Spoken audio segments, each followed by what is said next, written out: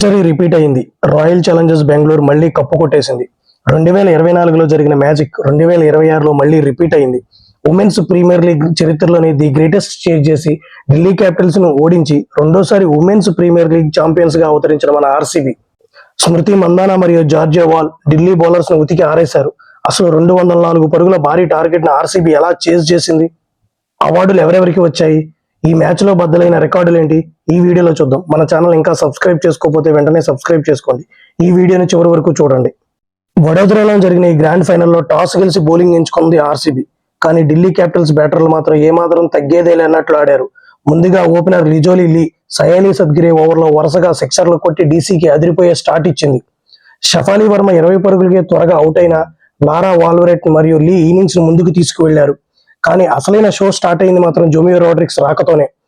చినేలి henry RCB బౌలర్ల మీద విరుచుకుపడింది. 19వ ఓవర్లో 3 4లు 1 6 కొట్టి డీసీ స్కోర్ను 200 దాటించింది.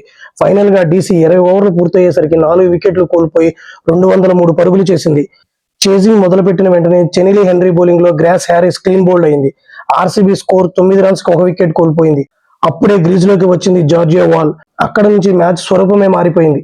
కెప్టెన్ స్మృతి మందాన మరియు జార్జియా వాల్ ఢిల్లీ బౌలర్లను వచ్చి రాకతోనే అటాక్ చేయడం మొదలుపెట్టారు. 14 ఓవర్లు పూర్తయ్యేసరికి మ్యాచ్ పూర్తిగా ఆర్సీబీ చేతుల్లోకి వచ్చేసింది.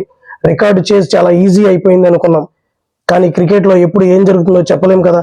మ్యాచ్ ఫినిష్ అయ్యే టైంలో పెద్ద ట్విస్ట్ వచ్చింది. ముందుగా జార్జియా వాల్ అవుట్ అయింది. ఆ వెంటనే రిచా ఘోష్ కూడా తక్కువ స్కోర్ కి పెవిలియన్ చేరింది.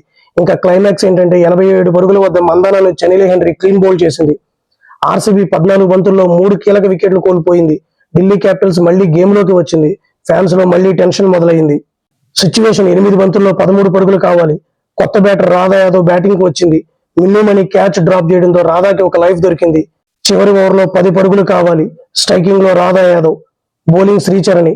మొదటి బంతు సింగిల్, రెండో బంతి సింగిల్, మూడో బంతి బౌండరీ, నాలుగో బంతి మరో బౌండరీ.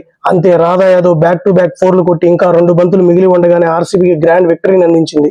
ఫుల్ వీడియో మన కామెంట్ సెక్షన్ లో ఉంది, చూడండి.